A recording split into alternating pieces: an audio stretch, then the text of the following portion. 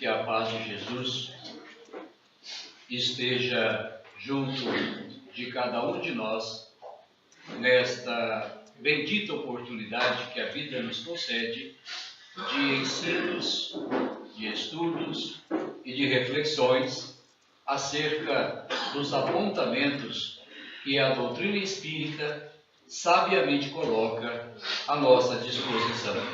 É sempre uma alegria que se renova a nossa visita às casas espíritas das cidades, da região, onde nós logramos encontrar sempre as plateias ávidas de ensinamento, porque num dado momento Jesus nos solicitou que amássemos uns aos outros, mas que também nos instruíssemos, e falou da verdade que liberta. E ninguém pode mais permanecer nas peias da ignorância. Hoje vivemos um momento onde a comunicação, onde a informação, ela tem uma grande penetração em todos os meios que nós vivemos. Portanto, é preciso aproveitar a facilidade com que as orientações doutrinárias chegam à nossa disposição. O espírito Hilário Silva, através de Francisco Canto Xavier, narra um episódio curioso e interessante para que nós possamos deitar a sonda das nossas reflexões nas observações que chegam destes benfeitores. Narra esse espírito que Eurípides Barçanufo, o grande apóstolo de Sacramento, no início do século passado, todos nós já conhecemos esse baluarte da difusão espírita, um grande trabalhador da causa do bem. Quem ainda não teve a oportunidade de ler a biografia, a história de vida de Eurípides, faça isso e vamos conhecer um grande companheiro nos tempos idos que tanto fez pela divulgação doutrinária. Eurípides, num dado momento, numa noite, ele dormiu, e nós sabemos que durante a noite nós saímos do nosso corpo e vamos à vida espiritual. Porque nós somos espíritos que temos um corpo. A nossa essência não é o corpo, nós somos a essência. O corpo é uma vestimenta, o corpo é uma ferramenta de trabalho que a providência divina coloca em nossas mãos para a execução das tarefas que nós programamos um dia e estamos vivendo aqui na Terra. Então, Eurípides, deixando o seu corpo, começou a sentir a presença de espíritos luminares, companheiros que o conduzia para umas esferas sublimes, em ambiências bem rarefeitas, e quanto mais ele se distanciava do corpo, mais se aprofundava nessas paragens, mais rarefeitas sentia, melhor a sensação que ele sentia. Até que um certo tempo, ele divisa a uma distância razoável a um foco luminoso. E ele é atraído para este foco, caminha alguns passos mais, e no centro dessa luminosidade intensa, ele vislumbra o rosto de Jesus. Ele vê o semblante de Jesus. Mas o semblante de Jesus que ele identifica é um semblante triste, é um semblante cabisbaixo, e ele fica olhando aquilo e ele mesmo sabendo a sua condição e da distância dele para com o Mestre, sente ele vontade de fazer alguma coisa para Jesus. Então, ele arrisca uma pergunta: Mestre, por que choras? E Jesus permanece parado, quieto, sem nenhuma manifestação.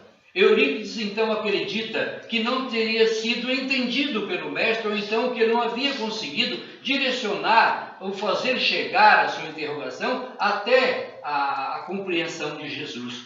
Mas ele insiste em mais uma pergunta: Mestre, choras por aqueles que não te compreendem? Ele pergunta: não, estes merecem consideração, merecem respeito, merecem tolerância, merecem a nossa caridade. Eu choro por aqueles que conhecem o meu Evangelho e não o praticam. Eu choro por aqueles que conhecem o meu Evangelho e não o praticam. Essa é a nossa interrogação. Nós estamos praticando o Evangelho de Jesus? De que lado nós estamos? Daqueles que insistem pelo trabalho, pelo estudo, pelo esforço, em buscar alegrar Jesus? Ou estamos ainda mergulhados na atmosfera daqueles que pouca diferença faz e não damos nenhuma atenção e somos os causadores da tristeza de Jesus? Porque, como já afirmamos, temos as informações, temos o conhecimento, é preciso agora a prática. Não é fácil. Se fácil fosse, nós já teríamos conseguido. Então, a pergunta que nós fazemos é esta: estaremos nós já despertados para realmente a vivência prática do Evangelho de Jesus? Porque colocá-lo na cabeceira da cama, colocá-lo na prateleira, para que a poeira do tempo consuma, não tem nenhum valor. O Evangelho só tem valor quando adentra pela nossa mente, pela compreensão, desce ao nosso coração, banhando-se pelo sentimento e exterioriza-se pelas mãos do trabalho. Se o Evangelho do Cristo não fizer essa trajetória, nós podemos gostar demais de Jesus, mas não o amamos como deveremos amar. Não estamos seguindo Cristo como deveríamos seguir. Então, caros companheiros, é indispensável a reflexão para saber que caminho nós estamos tomando. O André Luiz, no livro Missionário da Luz, através de Chico Xavier, no seu capítulo 1, no livro Libertação, André Luiz, no livro Libertação, no seu capítulo 1, através de Chico Xavier, nos afirma que nós estamos fazendo uso da razão há 40.000 anos. A era cristã tem 2.000 anos, portanto, 20 vezes a era cristã nós estamos fazendo uso da razão. Significa entender que há 40.000 anos nós estamos decidindo o nosso caminho, se fazemos ou se deixamos de fazer, se seguimos por uma estrada ou se bifurcamos para outra. 40.000 anos de uso de independência de escolhas. Por isso nós somos tão diferentes uns dos outros. Embora numa plateia como esta estejamos nós muito próximos na condição evolutiva, ninguém é muito além do outro ou muito aquém, nós estamos numa posição mais ou menos mediana, mas nas diferenças nós somos constantes. Não existem duas criaturas do universo que sejam iguais. Por que isso acontece? Porque em 40.000 anos cada um fez o seu percurso, cada um fez a sua trajetória, cada um fez o seu plano de trabalho, o seu plano de ação. Então, somos todos diferentes, convivemos numa mesma sociedade, cada qual tentando sobreviver e entender a diferença que existe entre as pessoas. Eu não posso querer que o meu irmão seja o que eu desejaria que ele fosse, da mesma forma que ele não pode querer que eu seja como ele planejou que eu fosse. Cada um é o seu mundo. Dentro de uma família, pai, mãe, 2, 3 filhos, criados no mesmo ambiente, com o mesmo processo educacional, com os mesmos hábitos, costumes, posturas, todos são diferentes. Um adere a um comportamento, o outro comportamento. Por que tanta diferença se são todos eles padronizados no mesmo ambiente? Porque as diferenças antecedem a 40.000 anos. Cada um trilhou a sua história, cada um fez o seu caminho. E todos estamos aqui para realmente consolidar a condição evolutiva. Um dia, todos nós, no mundo espiritual, observando que esse passado longínquo, muitas vezes nele nós gravamos posturas infelizes, e que também compreendendo que a felicidade e a paz que nós sonhamos só chegarão quando eu quiser, quando nós quisermos, porque ninguém me impede de ser melhor do que eu sou. Eu só não sou melhor porque eu não quis. Nós só não somos melhores do que nós somos porque não quisemos ser. Ninguém está impedido de ser melhor, de fazer mais, de prosperar mais. Depende só da força de vontade. Jesus, aliás, quem diz isso é Chico Xavier, não espera santidade nossa, ele espera esforço. Os benfeitores espirituais não esperam que cada um de nós traga uma auréola sobre a cabeça para dizer da nossa santidade. Eles esperam esforços, dedicação, empenho, lutas para desbravar esse mundo novo e sair da animalidade que nós estamos para atingir a santidade que nós haveremos de possuir, de chegar. Sair da animalidade e chegar à angelitude. Esse é o nosso progresso. Então, um dia na espiritualidade, conhecendo esse nosso passado, observando que ainda tinha muita coisa ruim para ser consertada e que somente eu poderia caminhar para ser feliz, nós pedimos aos benfeitores espirituais, muitas vezes em requerimentos cheios de lágrimas: permitam, dignos benfeitores, que nós reencarnemos outra vez, que voltemos à arena das nossas lutas, junto daqueles a quem temos compromisso e que têm compromisso conosco. Permita que voltemos. E eles aqueceram a este pedido. Muito provavelmente todos nós fizemos isso, porque se nós temos já a vontade, se nós temos já a direção, a determinação de numa noite como esta, deixar o aconchego do nosso lar, para nos dirigirmos a uma casa como esta aqui, para estudar a doutrina espírita, observar atentamente alguém que venha dizer alguma coisa da doutrina, permanecer em silêncio por um longo tempo, é porque algo bom já desperta em nós. Já poderíamos ter feito um monte de coisa. Quantos programas sociais não existem na sociedade hoje? Quantos programas televisivos, programas na internet, quanta coisa nós poderíamos ter feito e não ter vindo aqui. Mas nós preferimos aqui. Isso já mostra uma certa maturidade. Então, provavelmente, no mundo espiritual, um dia, nós rogamos aos benfeitores que nos permitissem reencarnar, retornar à vida física. E eles aqueceram. Mas esse foi o primeiro passo. Essa foi a primeira decisão. Essa foi a primeira atitude. Bom, nós vamos reencarnar. Mas onde? Fazer o quê? Quem nos aceitaria de retorno à vida física? É todo um monte de questões a serem resolvidas. E estas informações que nós vamos passar doravante estão no livro Missionário da Luz, de André Luiz por Chico Xavier, no capítulo Reencarnação. Então, temos a autorização. Mas onde eu vou nascer? Eu tenho que ter a anuência de um casal que me queira? Eu tenho que ter uma mãe que me aceite? A gestar um corpo por 9 meses, até que eu possa ter condição e maturidade para começar uma nova vida?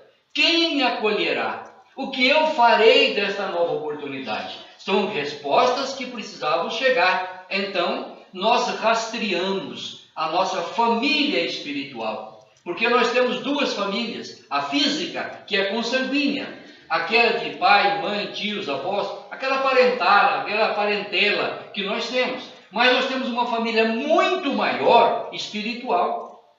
Por exemplo, nesta noite, esta família que está aqui é uma família espiritual. Nós não temos a consanguinidade, exceto um ou outro aqui. A grande maioria nossa aqui não somos parentes consanguíneos, mas somos da família espiritual. Então, nós rastreamos as amizades e consultamos as criaturas possíveis de nos acolher e encontramos aqueles que nos acolheram.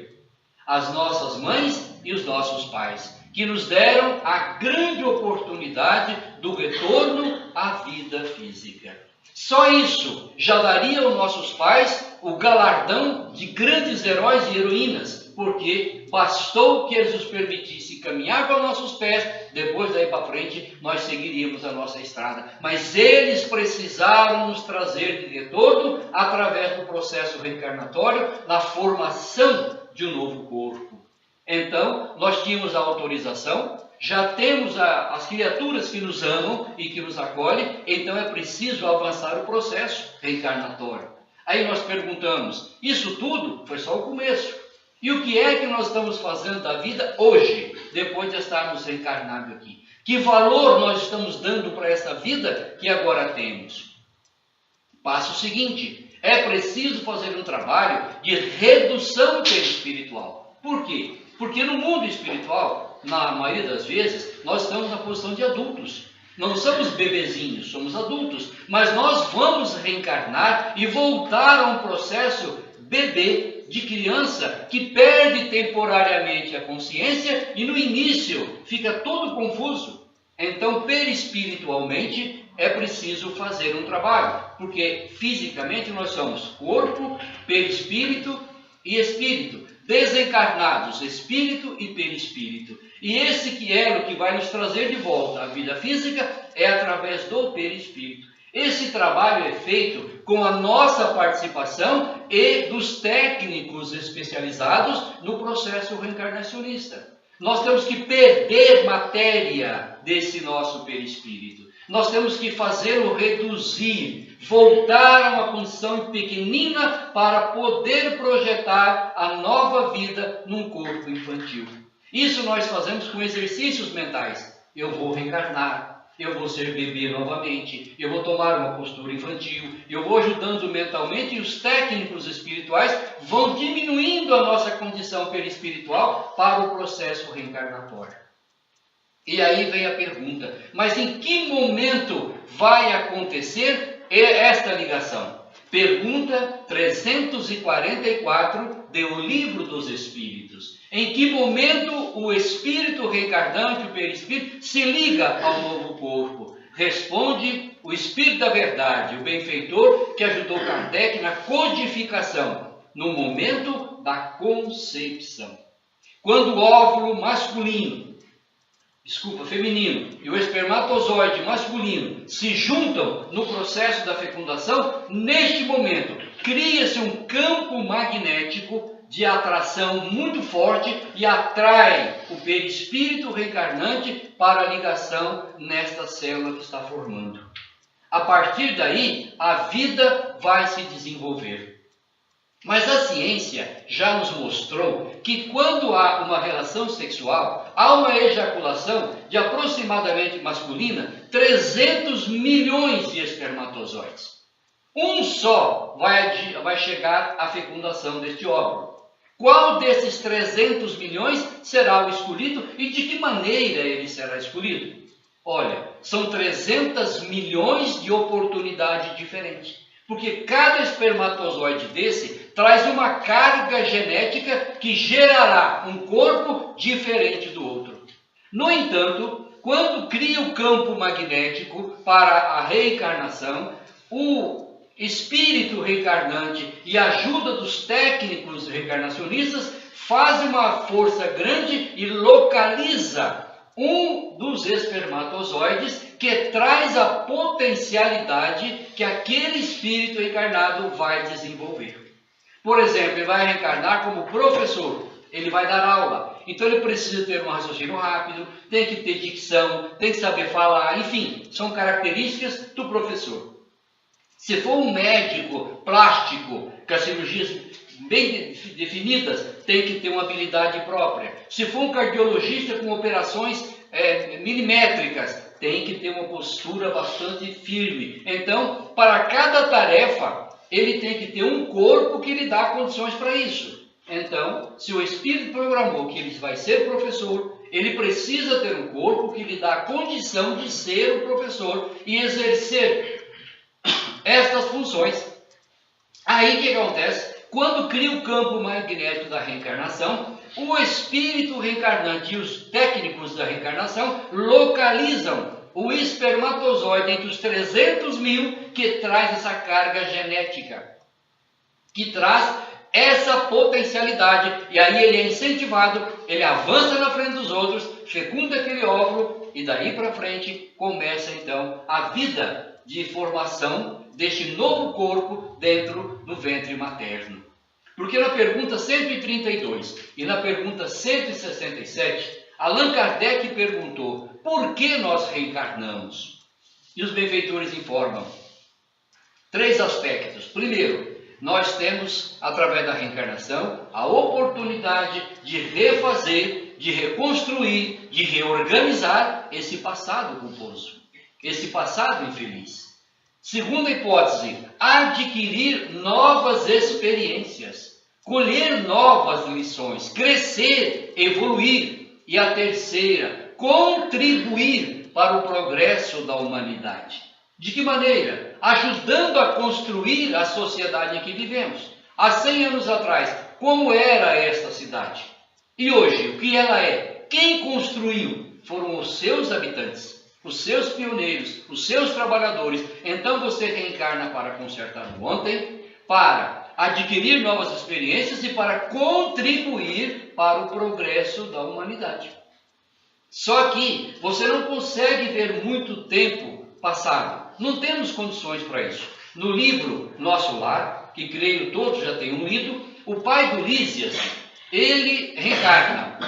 O pai do Lísias, ele vai reencarnar. E ele pede aos benfeitores amigos para rever o seu passado. E ele foi autorizado pelos benfeitores a rever somente 300 anos. De 40.000 anos, ele reviu, ele voltou a entender, a refazer, a buscar informação em apenas 300 anos. Com isso, ele já teve material para programar a sua nova existência. Então, feita esta fecundação, quando antes mesmo da mulher saber que ela está grávida, olha o trabalho que já foi feito anteriormente. E aí nós voltamos a perguntar, o que estamos fazendo da nossa reencarnação? Estamos aproveitando o tempo?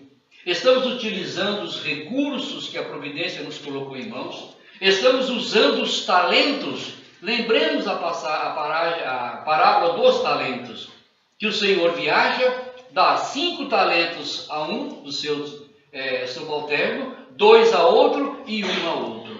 O que tem 5 talentos, trabalha com eles, junta mais 5 e devolve 10 ao Senhor quando ele volta. O Senhor diz, bom e servo você foi, então venha comigo. O que tinha 2, multiplicou outros 2 e devolveu 4. E ele disse também, servo bom, fique comigo. Enquanto que o terceiro, por medo de perder, enterrou o seu talento e foi devolver o seu talento ao Senhor, que não aceitou. E disse, não aceito, não quero, você não trabalhou, você não aproveitou a oportunidade do talento, portanto, você está fora do meu comando, eu não quero mais você perto de mim. Vá para um local onde há choro e ranger de dente. Então, o medo daquele servo não serviu de desculpa. Nós temos que usar os talentos. E que talentos nós temos? Talento da palavra, talento do ouvido, talento de todas as formas da paciência, talentos do trabalho, talentos da compreensão, talentos da resignação ante as dores que não tem como se explicar, talento da paciência, enfim, todo tipo de talento que a vida coloca em nossas mãos. Estamos fazendo uso disso?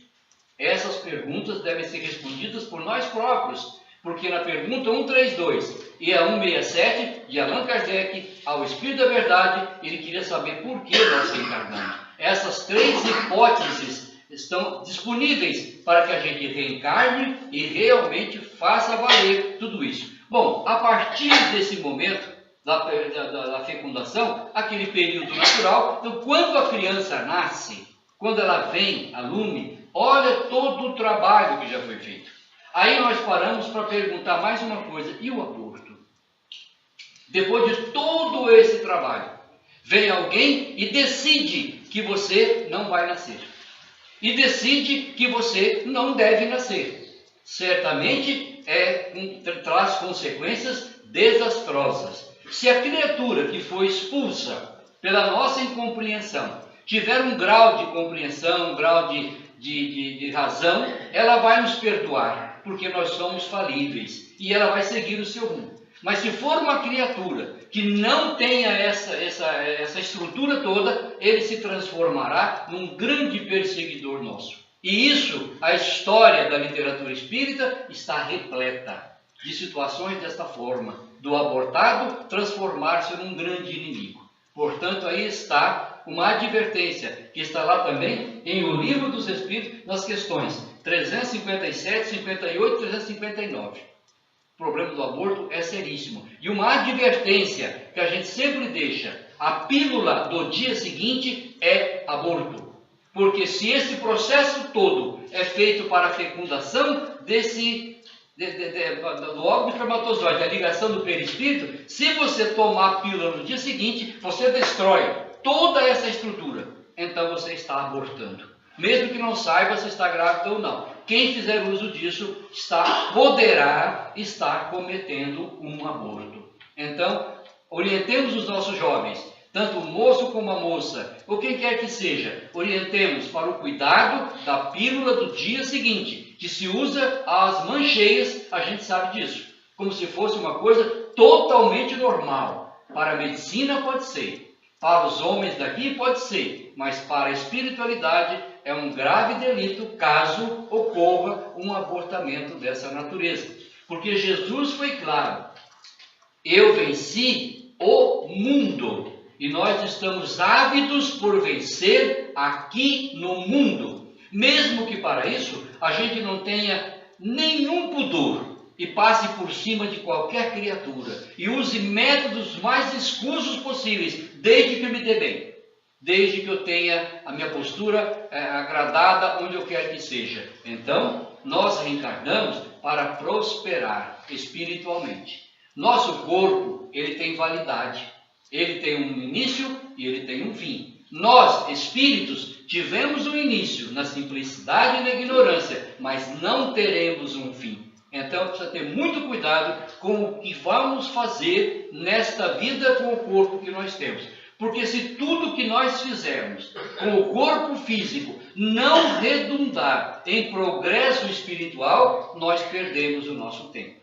Porque nós viemos aqui, não foi para ter corpos belos, sarados, bonitos, não foi para concursos de beleza, não foi para passarelas. Nós reencarnamos para prosperar espiritualmente. Quem quiser ir para as passarelas, quem quiser viver essa vida, tem toda a liberdade, porque nós temos o livre-arbítrio. Ninguém diz o que eu tenho e o que não tenho que fazer. Eu decido, eu tenho a razão para decidir, mas nós sabemos do prejuízo que isso acontece. Então, não fiquemos demasiadamente preocupados em valorização material, mas muito preocupados em valorização espiritual. Nós temos duas naturezas, a física e a espiritual. A física é o corpo. Nós mantemos com a alimentação, com a higiene, com as caminhadas, com os exercícios, com todo o cuidado que o corpo merece, porque esse corpo é um templo de que nós temos necessidade de utilizá-lo. Ele é imprescindível, como para o carpinteiro, o martelo é imprescindível. Como para o médico, o bisturi é imprescindível. Tem que estar sempre muito bem equiparado, mas ele tem que estar, não temos que estar constantemente valorizando só o corpo, porque nós precisamos também da alimentação espiritual, que é a natureza espiritual. Como cuidamos da natureza espiritual? Uma noite como esta, nós estamos usando a natureza espiritual. Nós estamos nos alimentando. Enquanto nós estamos falando e vocês pacientemente nos ouvem, a espiritualidade desta casa, os benfeitores amigos, por certo, estão fazendo grande trabalho de assistência em nosso ambiente. Estão socorrendo espíritos que vieram conosco, conduzindo para os locais adequados. Estão afastando possíveis obsessores. Estão incentivando as pessoas com ideias novas. Estão derramando energia naquela pessoa cansada, oprimida. Enfim, estão fazendo uma terapia coletiva para todos nós. Um trabalho incalculável. Então, estamos nos alimentando espiritualmente. Ao visitarmos o doente, estamos nos alimentando espiritualmente. Tanto é que o Chico diz na sua biografia que quando ele estava muito cansado na psicografia com Emmanuel, o próprio espírito Emmanuel dizia: Chico, vamos parar um pouco, vamos na periferia visitar doentes. Vamos passar numa padaria, comprar um pão, um café, vamos tomar um café com uma família bem pobrezinha. E o Chico saía, passava 1, 2 horas visitando doentes. Neste processo, ele se refazia. Aí o Emmanuel dizia: agora está bom, voltemos ao trabalho. Veja que interessante. Mas quando nós estamos cansados, nós queremos é cama. E muitas vezes não damos atenção à possibilidade de fazer algo diferente. Porque quando eu trabalho, por exemplo, com um computador, durante horas eu me canso. Mas se eu sair do computador e for varrer o quintal, eu descanso. Eu descanso da catividade, faço uma outra coisa. Estou sendo útil também, fazendo uma outra coisa. Nós conhecemos uma senhora em Votuporanga, que ela tem uma entidade que cuida de idosos. E ela, quando se cansa muito, há pouco tempo nós conversamos com ela, quando ela se cansa muito de trabalhar com o idoso, que deve ser bastante cansativo, porque dá muito trabalho, não no sentido negativo, mas trabalho natural que as pessoas dão. E são vários idosos naquela entidade. Ela deixa tudo e vai arrumar a cozinha numa outra entidade que é muito ligada a ela. Ela vai lá arrumar a cozinha, vai varrer o pátio. Ela descansa a cabeça do seu trabalho enquanto ela faz outro.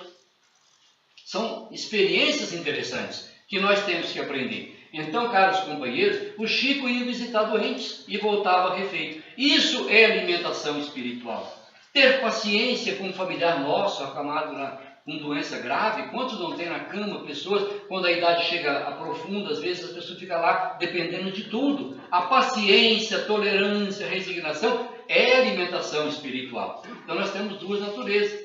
Temos que valorizar. Se nós tomarmos um violão que está afinadíssimo e colocarmos na mão de uma pessoa que não sabe tocar, não tem música. Se nós pegarmos um artista do violão, uma pessoa que toca muito, e dar a ele um violão sem corda, ele não faz música. Precisa do artista e precisa do violão para dar a coisa certa. Então nós precisamos do corpo organizado, do espírito organizado, para que nós possamos produzir aquilo que nós programamos um dia lá na espiritualidade, chorando de desespero, pedindo aos benfeitores a possibilidade de reencarnarmos outra vez. Todo aquele processo feito, e agora a gente se sente que Deus esqueceu da gente, agora eu estou muito atarefado, a vida está muito complicada, está tudo muito difícil, as coisas tomaram um rumo que não tem controle, mas espera aí, nós sabíamos disso. Antes da nossa reencarnação, nós fomos avisados que não seria fácil, que não seria nada fácil. E agora que estamos aqui, vamos recuar para depois chegar no mundo espiritual e pedir outra oportunidade, mas lembremos uma coisa. Lá atrás, nós tínhamos nossas avós que tinham 12 filhos. As nossas mães já estão com 5, 6. Os nossos filhos, a partir de nós, já é 2 ou 3. E os nossos netos já é 1 ou 2. Como é que vai? Onde está essa fila para reencarnar agora?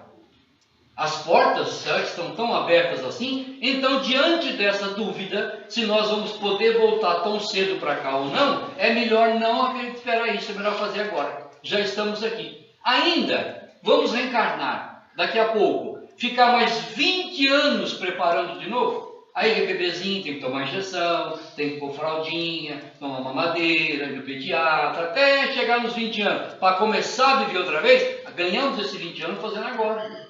É uma coisa lógica, é uma coisa de raciocínio. Nós não podemos perder as oportunidades que temos. Voltando a falar do Chico quando falou que Jesus espera de nós. Não quer santidade, quer esforço. Será que eu não posso estudar um pouco mais? Será que eu não posso colaborar um pouco mais com a Casa Espírita no seu trabalho de assistência social e de promoção humana? Será que eu não posso cooperar mais com a busca dos recursos financeiros, que hoje só se aqui estiver sobrando, né? Leva o programa, então, desespero para pagar as contas, que Deus me livre. O dinheiro sumiu. Não tem dinheiro na nossa casa, não tem dinheiro na instituição. O que é interessante, quando você não tem recurso na sociedade, na creche ou na casa espírita, no trabalho assistencial, aumenta a quantidade de pedintes. Então é o inverso. Quanto menos tem recurso lá, mais aumenta aqui. E a fila de pessoas pedindo socorro, pedindo alimento, conta de luz, conta de água, pedindo pelo amor de Deus por um emprego, o emprego não está fácil. Então são momentos difíceis, são momentos desafiadores. Não são insuperáveis, são desafiadores. Mas nós não podemos esquecer que quem está no leme da terra é Jesus. É Ele que é o governador, como está escrito no livro A Caminho da Luz, de Emmanuel. É Jesus que governa. Tudo está bem. Apenas passamos por um processo de reforma. E quando a reforma está sendo feita, a sujeira é muito grande. Imaginemos a nossa casa. Quando vai reformar, É uma bagunça danada, é móvel cheio de poeira, é alimentação com poeira, é aquele quebra-quebra, aquela sujeira toda. Quem chega e vê aquela casa, fala, meu Deus do céu, a casa do fulano virou um caos. Mas quando ele chega, ele volta lá em 6 meses, que a casa está toda bonita, a janela foi trocada, uma ampliação foi feita, o piso foi modificado, a casa está bonita, todo mundo acha lindo.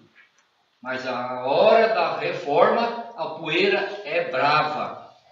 Os entulhos são muitos. Então agora a terra, o país, o Brasil, o meio político, o meio social passa por uma reforma. Essa reforma vai dar muita sujeira, vai levantar um poeirão danado, mas tudo vai acabar bem porque tem bom pedreiro nessa obra, um bom construtor, arquiteto que tem um cabedal especial, vai dar conta de tudo. Mas é preciso que a gente não entre nesse pessimismo de achar que está tudo perdido. Está tudo confuso, mas vai melhorar. Sempre vai melhorar e fazer o possível. Observando esse processo reencarnatório, olha quanta coisa foi movimentada para que nós pudéssemos chegar onde nós estamos agora. Olha o quanto já foi dado a nós. A nossa educação, os nossos pais, cuidando da gente, orientando a gente. Dizem os espíritos que até os 7 anos a gente está reencarnando ainda. Passou esse período até os 14, 15 anos, que o problema da puberdade, quando vem as duas imagens de ontem e de hoje, o problema da adolescência. Quando a criatura é educada, nos moldes da decência, da dignidade, da ética, quando vem aquele homem velho, ela consegue envolvê-lo pelo homem novo de hoje e transforma-se. Mas se não tiver uma estrutura educacional convincente, o homem velho de ontem abafa o homem velho de ontem, abafa o homem novo de hoje. E aí nós vemos aí a incidência tóxica, a violência no trânsito, o desvalor para com a vida humana, o alcoolismo praticamente na adolescência. Meninos de 11, 12 anos fazendo consumo de bebida alcoólica. Se isso para adulto já é uma tragédia, imagina para as organizações de informação, esses corpinhos de informação, a sexualidade nos seus 12, 13 anos, uma prostituição declarada em nome do ficar. Nós estamos ficando e o fulano está ficando. Nada mais é do que a prostituição de ontem, porque é uma troca de parceiros e responsáveis que vai dar uma dor de cabeça no futuro para essas criaturas, vai dar um sofrimento para essas criaturas que não tem tamanho. Mas por que está acontecendo isso? Porque a gente não está sabendo como conduzir bem essa moçada. E a responsabilidade é nossa. Da mesma forma que nós fomos conduzidos, nós temos que conduzir. O preço, às vezes, é caro, mas nós temos que ser duros, porque os nossos pais foram duros conosco, foram exigentes para dar a nós a postura que nós temos. Nós precisamos criar valores familiares. Se perguntarmos a um jovem, você conhece Francisco Cândido Xavier? Já ouvi falar. Ah, é? E o Neymar? Até de que ele nasceu, ele sabe. Onde ele nasceu, onde ele joga, onde ele ganha, quantos gols ele fez, que time que ele foi. Por que acontece isso? Porque nós valorizamos esses ídolos falidos e não damos valor aos ídolos corretos. Você conhece Jesus? Ah, sei, Jesus foi crucificado. Ah, você conhece? Conheço, foi crucificado. E o Ronaldo Fenômeno? Ah, esse foi campeão mundial. E o Messi? Todo mundo conhece. Então, nós incentivamos isso. Nas conversas que nós temos no almoço da família, que assunto que tem lá?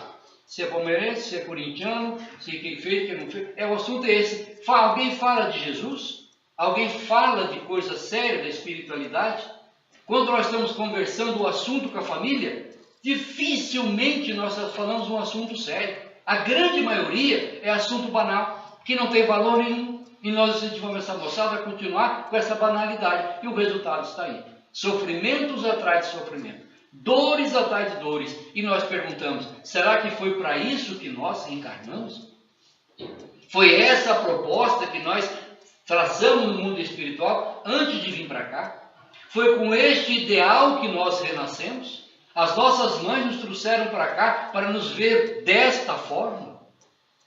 E o exemplo que nós damos para os próprios consumo alcoólico. Quantos de nós não tem um barzinho dentro de casa ou tem um alcoólico na geladeira? E nós achamos que quando nós viramos as costas, o nosso filho não vai lá e bebe um pouquinho.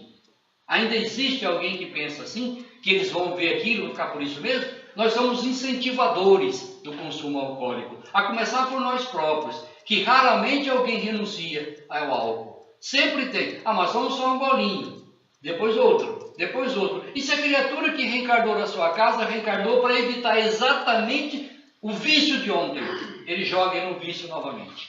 Então veja a responsabilidade.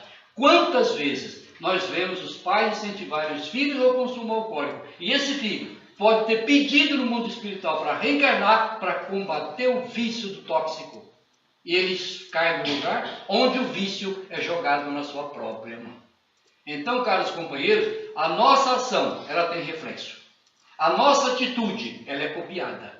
O que é que nós estamos oferecendo de bom, de digno, de elevado, de espiritualizado para mudar isso tudo?